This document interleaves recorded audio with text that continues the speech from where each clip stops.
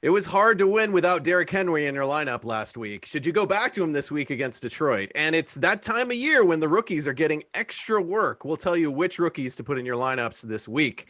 This is the Week 15 edition of the Football Guys Daily Fantasy Power Grid, presented by DraftKings. We're going to go where we always go to start things off. Vegas. John Lee, tell us, what are the Vegas lines leading you to believe this week? Well, we got a bunch of home favorites at the top of the list this week. Tennessee at the top, that aforementioned Derrick Henry, 11-point favorites against the absolute worst run defense in the league. Is it time to fade? Is it time to roll with them? It'll be interesting. I think, we got some hot takes, I'm sure. The Rams are just beneath them. Speaking of young running backs, looks like Cam Akers is kind of coming into his own, going up against the Jets as one of the biggest favorites of the year at 17.5 points. Ooh. They should get plenty of second half running time there. And the question is, how much is Cam Akers going to get versus what his percent roster is going to be? 30.5 points implied team total. Baltimore just beneath that at 13-point favorites. A lot of heavy favorites this week at the top of the board. We found out yesterday, Marquise Brown goes on the COVID list. We're still, I think, waiting to hear whether or not that's going to be missing the game or back in time. So where are they going to get those points from at 30.3? Just beneath that, you've got two other guys. Indianapolis Colts against Houston in a game that could shoot out, 51 points Vegas total, with Indianapolis being a 7.5-point favorite. And, sure as tonight is Thursday, Phil's got to be touting Jonathan Taylor in about 10 or 20 minutes. So stay tuned for that. That'll be interesting. And then Arizona against Philadelphia. That one just beneath 50 points. Could go back and forth. We saw the Philadelphia Eagles last week actually look like they might have an offense with a different quarterback under center. So how are we going to approach that? And then the last one here, or I'll say two. These are both interesting games. Tampa Bay at Atlanta. Yeah. Tampa Bay is a favorite, and Ronald Jones looks like he's not going to be playing, so Leonard Fournette comes in. And then this is my segment here. You wait. Kansas City goes to New Orleans in a 51.5-point game. It could be the game that a lot of people are looking towards for kind of shooting out. The question is whether or not Taysom Hill has that in him. And we'll talk about that in the very next segment. I love it. Lots of good games to dive into here. And Phil gets to tout Jonathan Taylor if his internet lasts to the running back segment. So we'll see how that goes tonight. Before we talk about quarterbacks, I'm going to pitch it to you, Devin, for those quarterbacks. But I have a DraftKings announcement. I want to tell you that football is still here, and so is your shot at millions. Thanks to our partnership with DraftKings, all new players can play free for millions with your first deposit. Here's how it works. You create your DraftKings DFS account and make a deposit. DraftKings will credit your account with a free entry to these contests. Draft your lineup and go for the millions in top prizes. Just go to dkng.co/footballguys to play. That's dkng.co/footballguys. Act quickly. This offer won't be around forever. Minimum $5 deposit. Eligibility restrictions apply. See DraftKings.com for details. Quarterbacks, Devin, the two guys I have on my list here are Matthew Stafford and Alex Smith. Looks like they may not go this week. Neither practiced on Thursday. Devin, who do you like at quarterback? So before we talk about quarterbacks, I have to go sprint to the bathroom because I have a hand cramp. Oh, that's just Lamar Jackson. I'm sorry. No. Anyway, I just had to throw that in there. Anyway, let's talk about quarterbacks. We can start with Lamar Jackson. I think that he's probably going to be one of the more popular GPP plays this week because if you look at him, the running, it seems to be back. And he sat out essentially an entire quarter last game because of cramps. And he ran for 123 yards against Cleveland, and now they're facing Jacksonville. They're going to be able to do whatever they want with them against this team. And as a GPP play, I think he's in a really good spot. The problem is we're going to talk about running backs in a minute and whether or not you want to spend up for Lamar Jackson in cash. I'm tending not to lean that way. The floor is still too low. I would rather go Mahomes if I'm spending up in cash this week. I think he's safer, even though he threw 3 picks last week. But if I'm going down the board a little bit, I'm going back to two guys, and they're probably going to be two of the more popular guys, but I'm going with either Phillip Rivers or Matt Ryan. I'm leaning towards No, I'm not. I'm leaning towards Matt Ryan because he's 500 cheaper. And Jonathan Taylor, we'll talk about him in a minute. He could just vulture a lot of that work there. So I think that Matt Ryan, you know how they're going to move the ball. You know it's going to have to be through the air. Tampa Bay continues to have one of the best defenses, even though they allowed 100 yards rushing to Dalvin Cook last week, which is the first time in a long time that they did that. So if I'm going quarterback, I think Matt Ryan is almost a lock to throw for 300 yards. And on DraftKings, his prop will be 305 to 310. I would almost guarantee that. Even though he hasn't thrown for 300 in 6 or 7 weeks? It was still 290 last week. Who, Matt Ryan? Yeah. 225? 224 last week. No, his props, I'm saying. Oh, Last gotcha. week was a tough. Last week he was facing one of the best defenses in football in the Chargers. The Chargers' pass D is really good. Tampa Bay's pass D is not good. Tampa Bay's strength is their rush defense, that's for sure. So through the air seems like the likely path for them. But without Julio Jones potentially this week, Phil, are you nervous about Matt Ryan? You got another pick there? Yeah, I think that's that's the big key, is whether or not Julio is able to suit up. There are some pretty stark splits with and without Jones in the lineup for Matt Ryan. He is week to week, I think the coach says. That usually means like, nah. So I wouldn't be looking at Ryan. I think if I was going down low, what's Ryan's price? 54. I'd spend the 500 and get to mini Lamar Jackson and play Jalen Hurts. He was going to be on my list last week before the internet cut out. So here's the thing about Hurts. I don't know that he's going to do quite what he did last week, and he is a little bit more expensive.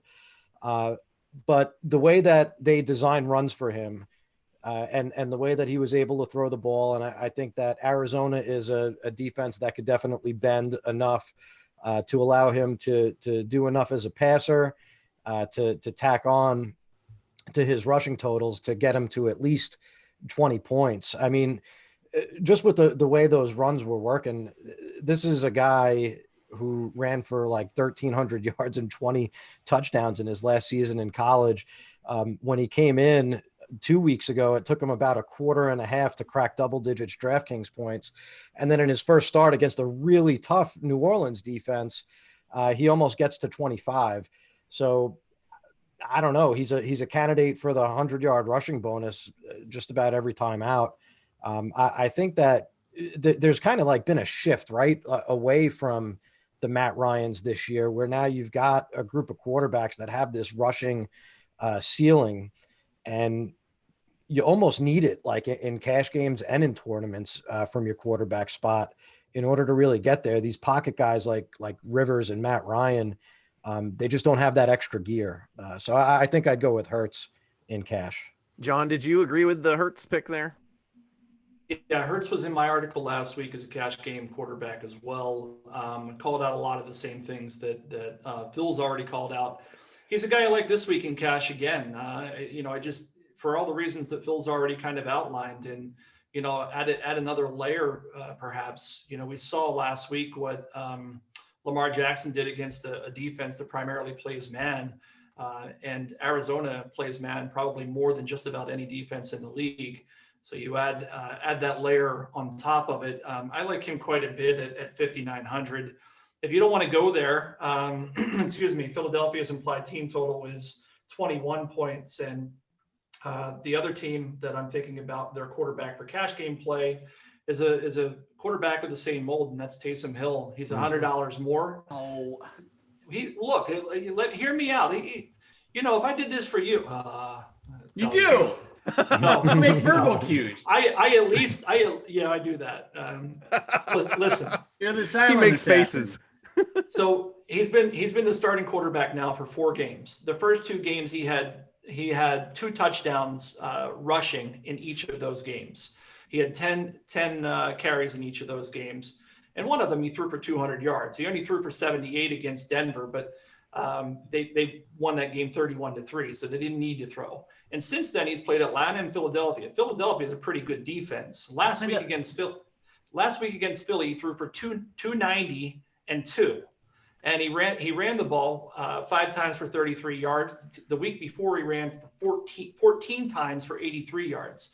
The guy has a nice floor because of how much he's rushing, and he's going to play the best offense in the league at Kansas City. So he's going to be forced to do a lot. And $6,000, I'm happy to take him, especially over. Look, Matt Ryan comes out high on my list again this week.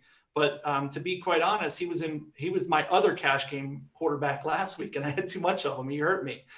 So I don't know that I can go back to him this week. I want a guy that's got a floor, and both Hurts and Hill, I think they have higher floors than Matty Ryan this week, especially with the questions about Julio Jones not playing. Go ahead, Devin. It's point chasing. I mean, look, Taysom Hill's faced two of his 4 games have been against Atlanta. Which and terrible defense. Terrible defense. And then last week, he was awful for the first 3 quarters and got just garbage time in the 4th quarter to save his day. It still counts. And yes, all points count. I get that. I completely understand that. And maybe he gets there because of garbage time against the Chiefs this week. Sure. But are you really taking that risk in cash? There's no way. And as a starting quarterback, he has 21, 25, 19, and 25 points. Yeah, I get it. It's consistency. How he gets it, it doesn't matter. I mean, look, it's not like the Chiefs have a juggernaut defense, right? How does Atlanta score 21.5 points? You mean how does Atlanta? How did they score 21.5 this week? Yeah. Young Wei Koo. His toes hurt from what I'm hearing. Yeah, if they score 6 field goals, that means Ryan hits 300 yards. But I mean, look, to me, I want a guy who's going to be safe. I know Ryan hasn't gotten there the last couple of weeks. He's been facing extremely difficult defenses.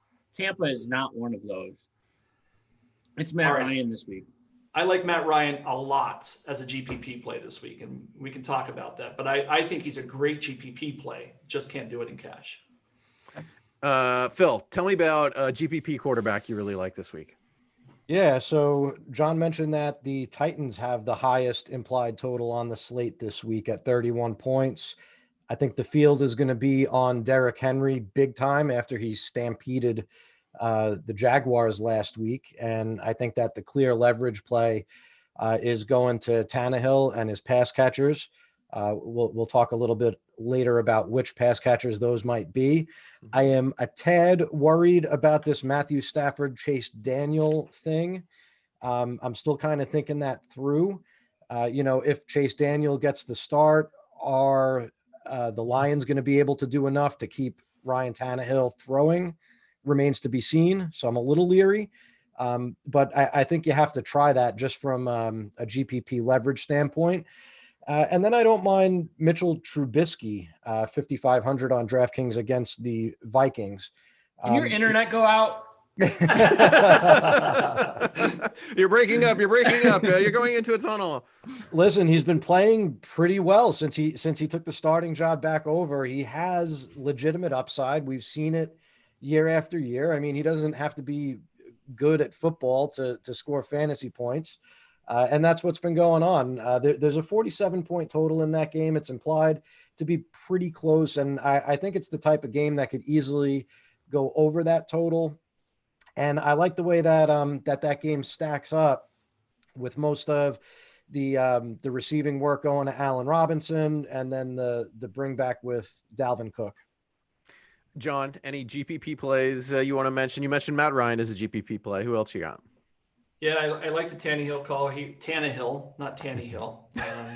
Just for those who are of the Knots world. The pronunciation police. Yes. The other one that's on my list is all the Cowboys receivers are coming out really cheap for me this week, and as a result of that, I'm going to have a lot of Cowboys receivers. So I'm going to have their quarterback, and that's Andy Dalton, 5,400. It's not a game stack situation. I don't think you need to do that this week. You can go Dalton and pair him up with a Michael Gallup. I think Michael Gallup's 3,500, and you're going to be somewhere in the neighborhood of 85 to 9,000. And then you can load up on expensive guys in great spots. If you like Derrick Henry or Dalvin Cook this week, if you like Calvin Ridley, some of those guys, you can get them with a cheap stack like that. But it's not one that you need to go overweight on. I feel like I'm qualifying it. It's still a good play based on the numbers I'm kicking in tonight. But he's pretty cheap against San Francisco 49ers.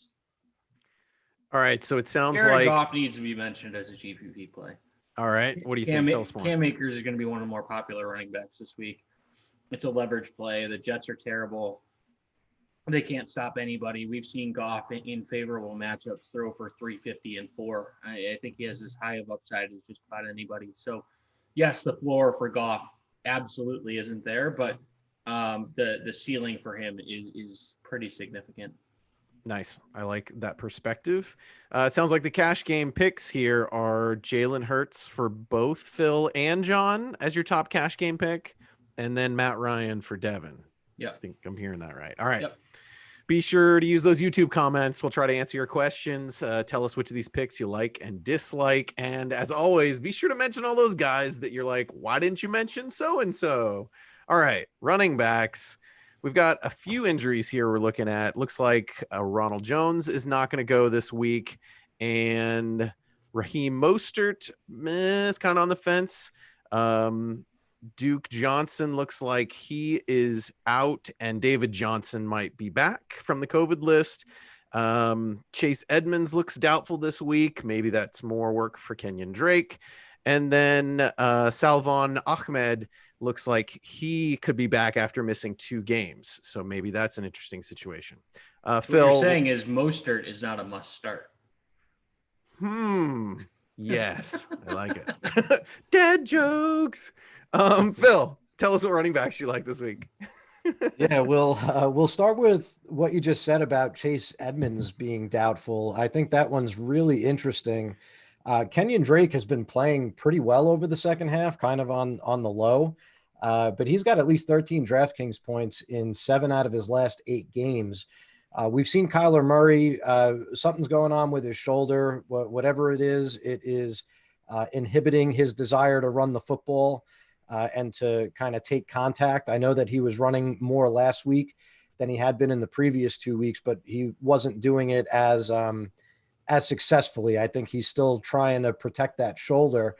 And in that same span, according to the data dominator tool on footballguys.com, a very good website, over the last 4 games, since Murray began struggling, Drake leads the entire NFL with 12 rushes from inside the opponent's 5-yard line and 5 rushing touchdowns.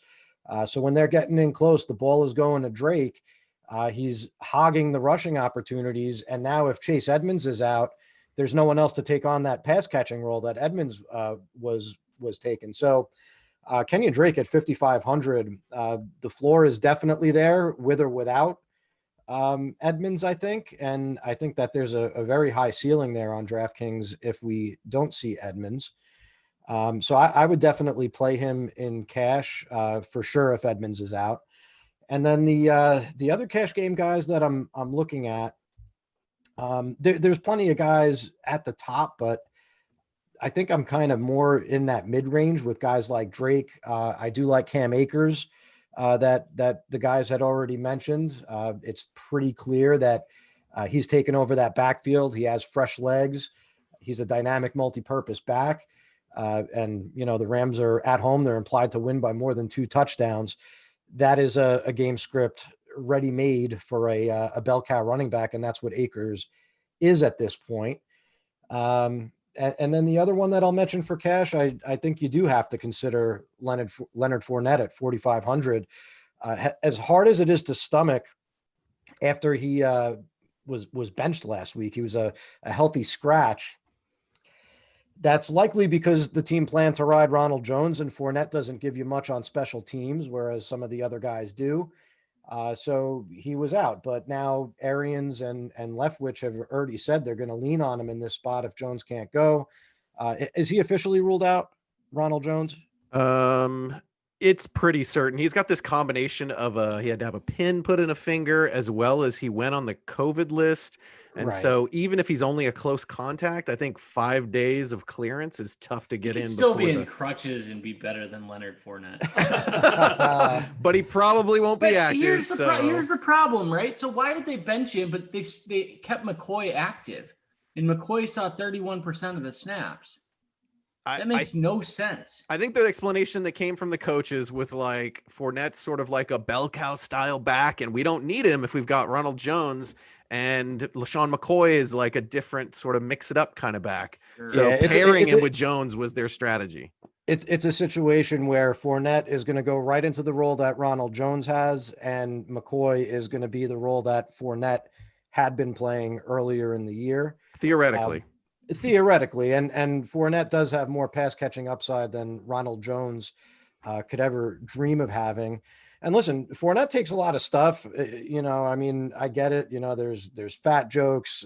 He was always hurt in college, but he's an explosive running back. He's 25 years old. He hits the big play. He brings a little something in the passing game, and Tampa Bay could run the ball. The game script leans towards them running the ball. I mean, he could have a big play and 2 touchdowns and absolutely crush 4,500. He's risky, but I think as of tonight, I would definitely do it. All right, John, tell us about your running backs you like. I mean, I think Phil hit them all, to be honest. Well, maybe there's one player that I'll bring up, but let's talk quickly about Leonard Fournette. Let's not forget the price. The price is 4,500 on DraftKings, and that's why you're playing him. You're not playing him because he's a great running back. You're playing him because he's likely to see 16 touches or more as a touchdown favorite over Atlanta. It just makes sense. I get it. I get some of what Devin is saying here, but at the end of the day, it's the price that really gets him there. Can I just jump in real quick? Yeah, for sure. So the problem that I have is he saw 56% of the snaps against the Chiefs. He had 3 carries. Like, does Brady just throw 50 times this game? Especially against Atlanta, who is a little bit better against covering the run. So maybe we need to consider Brady. Like, realistically, if he's on the field 56% of the time and had 3 carries, maybe the answer is Tom Brady. Well, I mean, that same game, Ronald Jones had nine carries, so you got to think those go over to him, right? So he's up to a dozen there. Unless McCoy doesn't get anything, but yeah, sure. I mean, 10 to 12 is probably his upside. I mean, the price is good, and if value doesn't open up, I can buy it. But like, if there's other value and you don't have to go there, I'm not saying he's a bad play, but he's not a must play for me. Yeah, he's risky if you can find other options. I will say the Chiefs opened up a big lead on Tampa Bay in that game, and it was a lot closer than the final score indicated. So they just weren't running the ball. But even before that, 52% and 7 carries. Like, I'm just worried he gets 8 to 10 carries. Brady throws 40 to 45 times, and they just say, screw the run. It's within the range of outcomes. Dodds has him up for 15 touches, 13 carries, and 2 receptions, which is in line with what I said, which was 16. And he has Tom Brady throwing the ball 37 times. So I add Tom Brady as a GPP play because of that. All right, John, tell us some other running backs. You also like Drake and Akers? I like Drake as a GPP play. I don't know that I can get there yet, but maybe with some additional thinking over, by the time my article comes out, maybe it gets there. But I do think for a lot of the reasons that Phil said, he's definitely a great GPP play. What are we doing with, bury the lead here, Derrick Henry? Yeah. 9,500. I'm guessing he's over 10,000 over at FanDuel. 10-2. 10-2. In cash, do you play him? I think there's some real game strategy to be had with GPPs, but in cash, how are we handling him at 9,500? He's almost guaranteed to score a touchdown, right? I mean, guaranteed is hard, right? Because he was in a good matchup against Cleveland, and Baltimore ran all over Cleveland on Monday night, and he had 66 yards because they were game scripted away. So is he likely to score a touchdown? Yeah, he's probably 80 to 90% chance. So here's the question. I'm sorry, go ahead, Devin. I was just going to say, I think he's overpriced. For cash. Yeah. So then you Yeah. definitely think he's overpriced for GPP. No, I think he's fine for a GPP. Okay. I think because he has that 40-point ceiling, 35 to 40, but at 9,500 in cash, you need 30 points. 25 to 30. Yeah, you need 25, I would say. It's a lot. When you're spending 20% of your salary on a player, you need, H value comes into play there. Go ahead, Phil. I'm just wondering what's different from last week when the sharpest players, the pros that I keep tabs on, Henry was in a great matchup. He was at a high salary, and he was faded almost universally by the guys that make their living playing this game. So what's different? Jacksonville, Detroit, they were big favorites both times. The implied total was high both times. Now Henry is more expensive. He's likely to be higher rostered in GPPs. I guess I just have a hard time seeing what's different. No, so I agree with you. In GPPs, last week he killed me. I faded him. I think I had 5%, which wasn't nearly enough to make any money last week. I still thought it was the right move. And this week it's going to be very similar. I've got him somewhere in the neighborhood of making GPP value about 6% of the time. And he's likely to be on 25 to 35% of rosters by the time lineups lock on Friday or Sunday, excuse me. But for cash, I don't hate it. I mean, I think you can get away from it if you like somebody like you described, Phil. If you like Kenyan Drake enough, you can pair him up with Cam Akers and Fournette. I mean, we know that Devin's not doing that, but I don't hate Derrick Henry in cash because I do think he's probably close to guaranteed to getting a touchdown. I think that he's pretty close to 100 yards in this matchup. If he does 100 yards, he gets a 3-point bonus. He scores a touchdown. You're at basically 20 points. It's not quite where I want to be at 9,500. It really depends on the rest of your roster builds, though. You just go with Dalvin Cook at that point. For GPPs, absolutely, but not for cash. Yeah. So Go for it, Devin. Tell us right? some running backs. We've spent a lot of time on just a few guys. Let's name some other guys. Yeah. So I mean, I'll just throw it out there. Jonathan Taylor is an excellent GPP play. Wow. Touche. Wow. The price is high and he's going to be popular, but and that's probably why Phil is off of him. But on FanDuel at 7,400, he's probably cash game viable as well. Is there risk there that they go back to Wilkins and Hines and a bunch of nonsense? Yeah, but it's rookie season, and we're talking about Cam Akers. We're talking about these rookies. I mean, J.K. Dobbins is another guy who has a GPP play. Tremendous play this week. Not sure I would go there in cash, but I think that he's in a really good spot against Jacksonville. On FanDuel at 5,900, Dobbins is going to be a popular GPP or cash game play this week because of the upside. And then the only other guy that I had on my list, I like Cook better than Henry in cash. I'm sorry. I know we've talked a lot about it, but I'll save the 500 and get the 30 touches guaranteed. But going down just a bit, where is he? Jeff Wilson at 5,100 against Dallas. So if Mostert is out, 5,100. I don't know if I trust Wilson more than Fournette. I need to think about that a little bit more, but $600 more against a Dallas defense that surprisingly recently has been one of the best pass defenses in football. They just can't stop the run.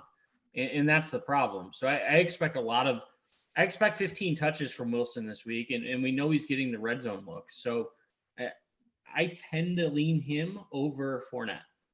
I feel like ever since Phil's internet went out, like our whole show has gone to bizarro world because John and Devin mentioned Jonathan Taylor before Phil did, and then Phil held up the red black eye Joe on it. So Phil, I need to hear why.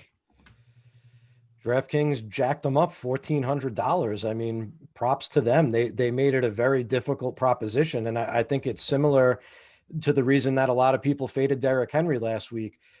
But by the way, I ended up with 20% Derrick Henry because I am not one of the sharp players who makes their living doing this. It happened to work out pretty well. However, the same logic applies, right? So you look at his median projection, you look at his projected roster percentage, you look at his salary, and then you look at the fact that he played 56% of the snaps. A lot of that production came on one insane run. And, granted, he's plenty talented enough to do it again. I've been waiting for it all season. But it came, and, now if he hits 16, which I think is about his median on DraftKings, that's not going to do it for you at 7,200 at 15 to 20% rostered. They could just as easily, if Hines gets off to a hot start, you're back looking at, man, what happened to Jonathan Taylor? So it's just a game theory thing. You got to divorce your emotions from the process. Agree, Phil. Jonathan, I'll add one more thing. He's doubled the number of red zone opportunities than Jonathan. Nyheim Hines has doubled the number of red zone opportunities over the past month over Jonathan Taylor. Phil is just bitter that Jonathan Taylor made Phil not be able to pay his internet bill last week because he lost all his money. So now he can't go back to him, or he won't have any internet. Nice. Any other running backs you want to mention before we recap our cash game picks? Yeah. Okay. Cash game picks were a little all over the place for this. I think Phil had Leonard Fournette, Cam Akers, and Kenyan Drake, if I remember correctly.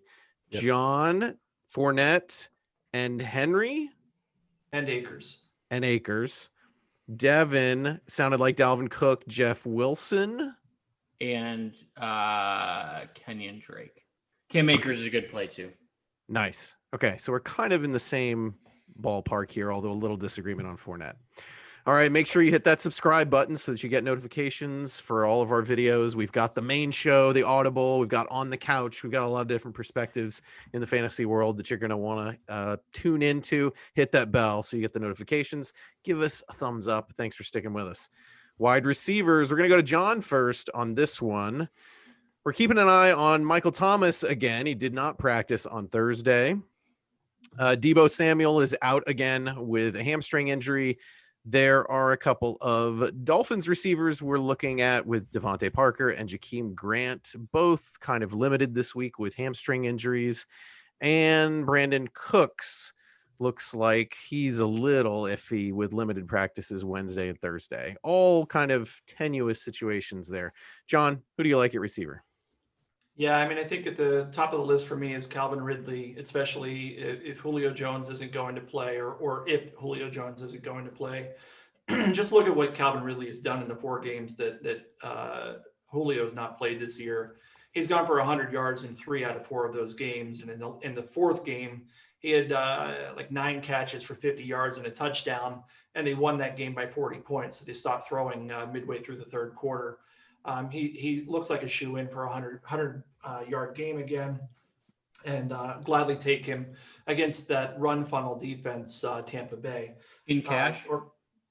In cash, yeah. That means no Kelce, right? That means no Kelce. I'm paying down at tight end this week. Brandon Aiyuk looks great. He looks like, just a legitimate NFL wide receiver now that he looks to be 100%. If you look at what he's done over, pretty much since he's gotten good playing time, dating back to week 7, 6 catches, 115, 8 catches, 91 and 1, 7 catches, 75 and 1, 5 catches, 95 and 1. Last week, 10 catches, 119. The guy just continues to put up fantasy points with no-name quarterbacks. And this week he goes up against Dallas. Devin just talked about them being a better defense of late, but comparison to earlier in the season, that's really not saying a whole lot. I'm happy to pay the $6,300 for him in cash against Dallas because there's just not a lot to do elsewhere in the passing game there, unless Kittle comes back, and maybe that changes it a little bit. But as of now, I guess cautiously pessimistic that George Kittle will not make his return this week. I think they'll wait until next week for season-long fantasy football championships. And then the other name you mentioned, Brandon Cooks being out. Kiki Cutie is still cheap enough for me against Indianapolis at 5,300. He's a guy that I think you can play in cash. I'll stop there. I think there are other guys on my list, but I'll let some of the other guys to stop myself from filibustering. Devin, tell me about the receivers you like and what hair care products you use to keep your hair so tall. Yeah, quarantine, baby. Yeah. Anyway, Ty Hilton is back, and he's my favorite cash game play. I think he will be one of the most popular players this week. You look at his last 3 games: 81-1, 110-1, and 86-2. And he's facing one of, if not the worst pass defenses in football in Houston. And I talked about Phillip Rivers a little bit earlier, but I think T.Y. Hilton is in a tremendous spot this week. I think he is, as I don't want to say safe because he's not a safe player, but at 5,500 in that range, there's not a lot to like. He's 200 more than Kiki Cutie. I think he's a better play than Kiki Cutie. I do like Cutie a lot, especially if Cooks misses, but I think he's more of a GPP play this week. Going down, I liked a lot of the calls that John mentioned. I mean, I can't do Calvin Ridley because we'll get to tight ends and what I'm doing at tight end, and it's Travis Kelce. Spoiler alert, but not really a hard decision to make. The question that I have is there any love for these 3,600 or 3,500 guys, Lynn Bowden or Michael Gallup? And I think it's going to be Bowden in GPPs or Bowden in cash and Gallup in GPPs. And you look at Bowden, he led the team in routes run last week. He's sort of a younger player that they're trying to test out and see if they can develop former quarterbacks. So 3,600 is in a tremendous spot if you don't like the Leonard Fournette call and you want to stack up at other places. Not sure you have to go that way this week, but it doesn't take much for him to pay off his salary. Robert Woods is probably a nice GPP play. He's a great stack with Goff. And then I think that's it.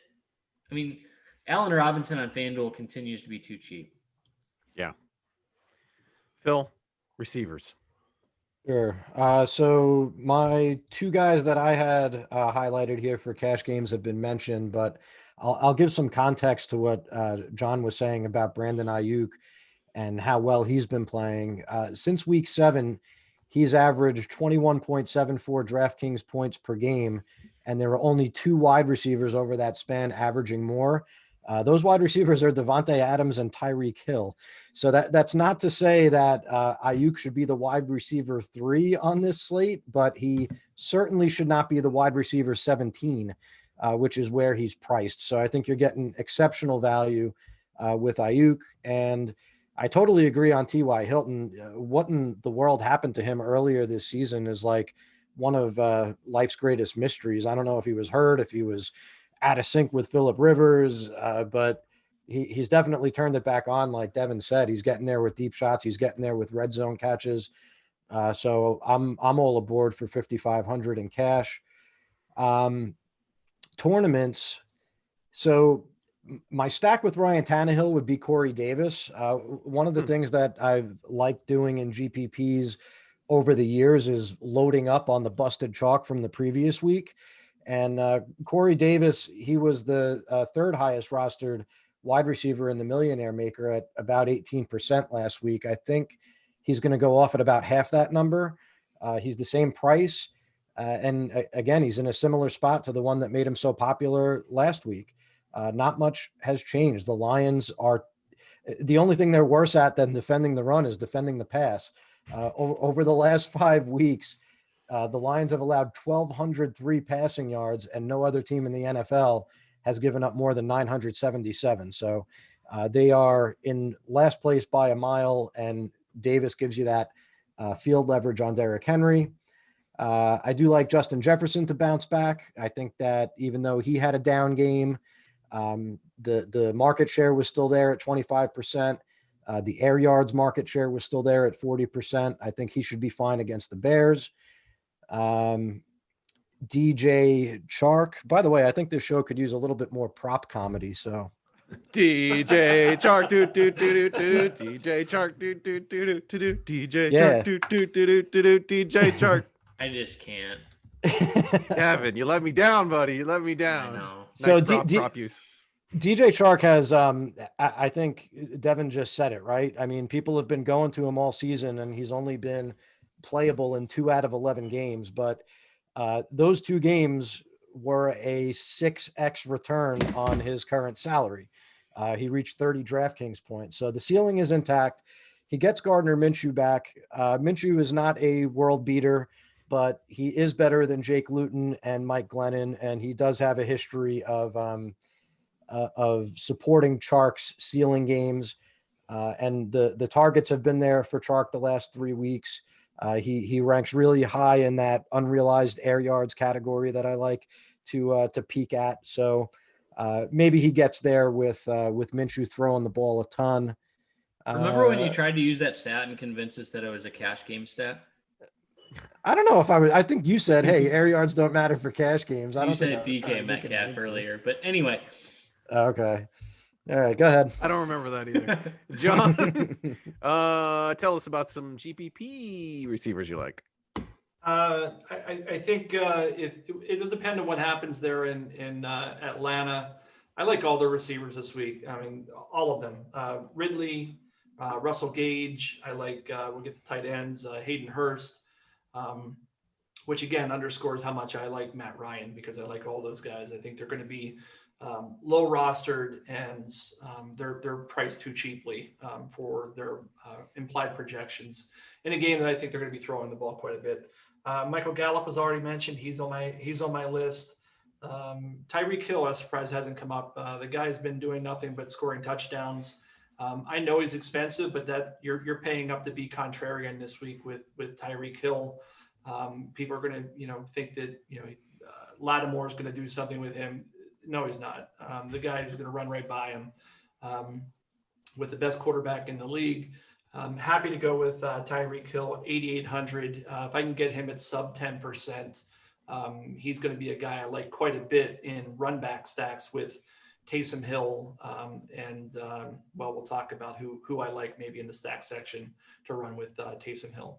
I mean, Lattimore does run a 4.3, but it's not keeping up with Tyreek. We'll see. Devin, any other receivers you want to mention? No. Phil, any other receivers you want to mention? Just one, and it's a thin GPP play. Jalen Reagor. I think that Hurts will be fairly popular, and I think that most will stack him with Dallas Goedert. I think that Reagor was playing the role of the downfield threat, and I think that Hurts could push the ball downfield, and it's been the year of the rookie wide receiver, and Reagor hasn't gotten in on it yet. I think he's due. Whenever Nice. Phil says this is a thin GPP play, we should just cut the mic. He's exploring. He's talking it out, trying to convince himself a little bit. All right, let's recap those cash game plays a little bit here. John, who are your top cash game receivers? Ridley, Aiyuk, Cutie, and Bowden. I like Bowden as well. Phil, your top cash game guys? That was Aiyuk and Hilton. Gotcha. And Devin, your top cash game guys? Aiyuk, Hilton, Robinson. That's Allen Robinson and Bowden. Gotcha. Awesome. Check out all of our content over at footballguys.com/DFS. Let's talk about tight ends, and we're going to go to Devin first because Travis Kelce. Travis Kelce, it sounds like. Oh, the one injury we're looking out for here is Mike Gesicki, limited practice Thursday. He's a little bit iffy because of a shoulder injury. So Kelce, huh? I mean, if you look at point differential compared to his peers, it's very difficult not to play him in cash. He's gone over 105 of his last 6, which probably means he won't go over 100 this week. But eight receptions or more in all of his last 6. He's the number 1 receiver in that offense. At what is he? 8,000. Yeah, sign me up all day. Phil, do you agree? He's getting up there. He's priced equivalent to the wide receiver 4, but like Devin said, you compare him to any other tight end on this slate or in the NFL, and it's not close. He is, if I'm not mistaken, leading the league in receiving yards. period at any position. He is. All right. So, wide receiver 4 is certainly justified. Yeah. He's like fourth in touchdowns. So yeah, you're not going to hear me disparage Travis Kelce on this show. What if Devin said it though? I think Maybe. I think it's a week where you could play 2 in cash. I really do. I think it's you treat Kelce like a wide receiver, and we know we like to play wide receivers in flex positions anyway. If there's, and I'm sure John is going to talk up somebody, but Hayden Hurst at 3,300 most likely. But if you find a tight end that scores a touchdown and outperforms a Lynn Bowden or a Michael Gallup or someone like that at 3,500, it could definitely work out. John, did he steal your pick? He didn't. Hayden Hurst is on my GPP list, but not my cash game list. Let's talk about GPPs. Okay. No, you weren't. Curses. I said it's a week in GPPs where you could play 2. I thought you said, okay. I thought we were. I thought Always you meant play cash, running sorry. back in the flex in cash. Always. Okay. All right. That's fair. Did you have something you wanted to say before I get started? Did you want to make the case for Hayden Hurst first? Because I wanted to say something against that. No, I said if you wanted to play a guy like Hayden Hurst, so I don't really want to do that, but if someone wanted to. I'll make the case for Hayden Hurst in the sense that he's a GPP play. I haven't gone through cash game plays yet. Let me get there. Yep. For cash game plays, I'm going to go back to this, and I'd probably take some slack for it. Last week, a touchdown pass hit him in the chest, and the sun was in his eyes. Jordan Akers continues to run a bunch of routes for the Houston Texans. We've already talked on the show about Brandon Cooks probably not playing. He's 2,800 against Indianapolis. I'm punting the position this week, as I've already talked about. Again, and by the way, I don't hate the Travis Kelce call. Who could? It's the opportunity cost that you have to contend with. If you're paying $8,000 for him, you've got to take some chances at wide receiver that I'm not so sure I want to take this week. Jordan Akers is in play. What about Cole Kmet, guys? $3,000, seven targets over the past each of the past 2 weeks. They're using him. I think he's another guy that I played him in cash last week. Yeah, and it paid off, right? I mean, he's playing. He's okay. He's playing. So I think you can do either one of those guys in cash. And in terms of GPPs, going back to the Hayden Hurst call, he's not been getting the ball a lot of late. Over the past, let's call it the past month, he's had 17 targets and hasn't done a whole lot with them. But for that reason, nobody's going to have him. And he's just he's the type of guy that brings 2 touchdown upside to the table. And in terms of what I have for him, he's about 12% to make GPP value on a salary. And he's going to be on 3%, 2% of roster. So it makes him a good play. And go ahead, Phil, you can combat that. Well, this is actually a borrowed take from our man Sigmund Bloom, but he observed that when Julio Jones is not on the field to open things up underneath for Hayden Hurst, that it is struggle city. He just does not perform. So it's bared out just about every week. So I'm leery of Hayden Hurst if Jones doesn't play. I think in tournaments, I'd be looking to go. What's the price? I'm sorry, on Hurst. 3,300. 33. Okay. Same ballpark. I think Irv Smith. I don't think that Rudolph is going to play. Smith was eased back in last week. He had missed a couple of games, but he was still able to catch 4 balls for 63 yards and a touchdown. He's just a talented receiver. His price is still cheap. I think he's going to get more work than he did last week. And the Bears are allowing 50% more PPR points to tight ends over the last 5 weeks than the league average. So I think if I was dropping down, I'm looking at Irv Smith. All right. So to recap here, we got Devin playing Travis Kelce. We've got Phil and John. Phil, what's your pick again? For cash, Yeah. I think it's Kelce if I could find the room, and I'm good with Irv Smith in cash if I needed to drop down. And John, you said who again? Jordan Akers, Cole Kmet. I want to throw Dallas Goedert out there just really quickly. Okay. 3,900, too cheap. He's been producing consistently over the last 3 games. So I'm not going to spend a lot of time on it, but that's another guy I would consider over Irv Smith in cash. Right on. Defenses. Phil, tell us about the defense you want to play this week. Boy, if you could somehow find a way to get the Rams in against the Jets, boy, should you do it. So that's definitely a GPP play because I don't think I'm getting all the way up there in cash. I actually like both the 49ers and the Cowboys defenses in the same game. What I think is going to happen in that game script, I think we actually might see a lot of points, but I think that some of those points might come from the defenses because I'm just envisioning a sloppy game with Mullins and or Beathard, Dalton. These guys make mistakes, and I think both defenses are opportunistic enough to capitalize on them. So we might see a final score in that game, like 30-24 or something like that. But I can envision defensive touchdowns on both sides. So I'm down with either of those two. John, defense. Yeah, I agree with the Rams. If you can get there, you're likely not going to at 4,500. Excuse me. The Patriots are the team that I flagged. They're $3,000. They go up against Miami.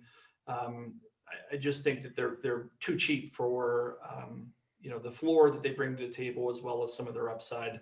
And that's the only team on my list are the Patriots. So I'll stop. Devin. Patriots to the play. All right. Cardinals and GPP if you wanted to get a little saucy. Saucy. I like Seattle in GPP for what it's worth. Going up against Dwayne Haskins, I think he's a terrible NFL quarterback. He makes mistakes left and right. And Seahawks have played pretty good football over the past few weeks on defense. I mean, I had to look it up, but I think they've only allowed 10, 15 points or so in the past few they'll weeks. be popular, but they're a good play. All right, John, tell us those stacks you're using this week. Yeah, I mean, so I don't know how popular this is going to be, but based on just early numbers I've looked at, I do like Matt Ryan with any of the receivers. You pick your favorite. I think Calvin Ridley's top of the list for me, followed by maybe Russell Gage, and then a drop off to Hayden Hurst. I do like that Sigmund Bloom take based on what I'm seeing here.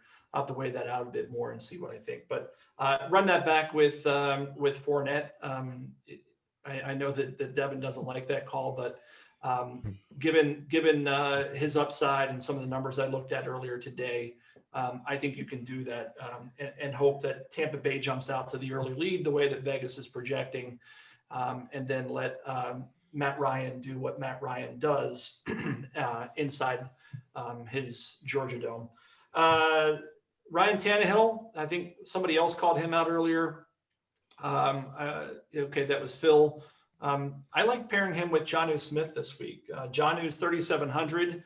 I think that it's a good spot for Jonnu in terms of his price. He's going to be kind of in between some of the folks we've talked about, right? We talked about going real high with Travis Kelce, and then we talked about punting the position with 3,200, 2,800, 3,300. I think Dalton Schultz is going to be popular at 3,500. People are just not going to see Jonnu Smith in there, and he's going to go overlooked. The only question I have there is running it back, and it goes back to what Phil was saying earlier, is like, can that other side keep up to kind of make it happen? And I'm not so sure there. And then that game down in New Orleans, I want to stack that up any way I can. That's a Pat Mahomes to Tyreek Hill and running it back with Alvin Kamara. It's a Taysom Hill going to take your pick between, any of his receivers, but actually Traquan Smith came up high for me in my first run of projections, believe it or not. And then running that back with your favorite chief, whether that be Tyreek or Travis Kelce. So I think that's enough. I'll let the guys go. Devin, stacks. Yeah, if Brandon Cooks is out, Chad Hansen and Deshaun Watson, Phillip Rivers and T.Y. Hilton, you could even run it back with Hansen if he's out. I think he's in a decent spot this week. He had 7 targets in each of his last 2 games. And then the last guy I'll throw out there is Tom Brady. And I don't know, spin a wheel and pick one. But Gronk smash. Could be. Very well could be. I think they're all in great spots, but I would probably I might consider 2 on the same team and go with like a Godwin Evans stack and just think that Fournette is not going to have any success. Getting that sweet lettered Fournette leverage.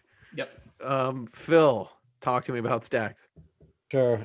So to answer John's question, I think the run back in the Tannehill stack would be DeAndre Swift, in the hopes that if Chase Daniel is the quarterback, how are they going to move the ball? They're going to lean on their dynamic playmaker, versatile running back. And that's Swift, who said this week that he feels better. For what that's worth, he's fully healthy after he missed 3 weeks with maybe a concussion. He's not even sure.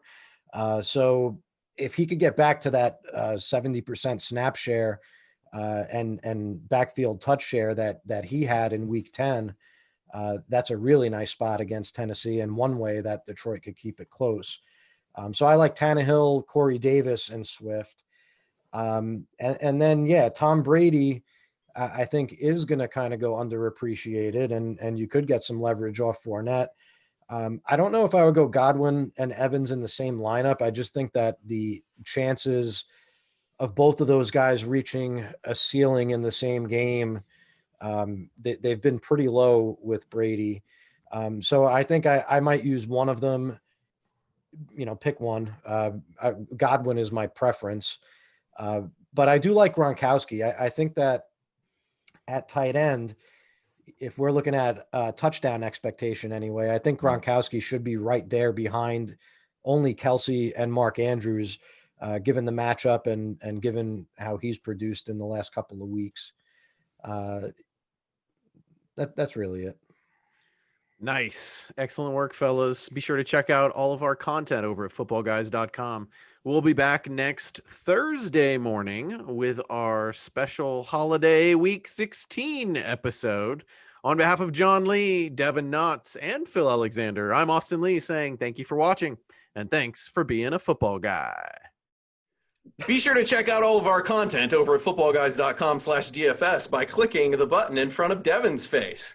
And if you'd like to subscribe to our YouTube channel, be sure to press the button that's on Phil's face. And if you want to see our latest video, click that giant box that's in front of John Lee's face. Check all that stuff out. Thank you for listening. Thank you for watching.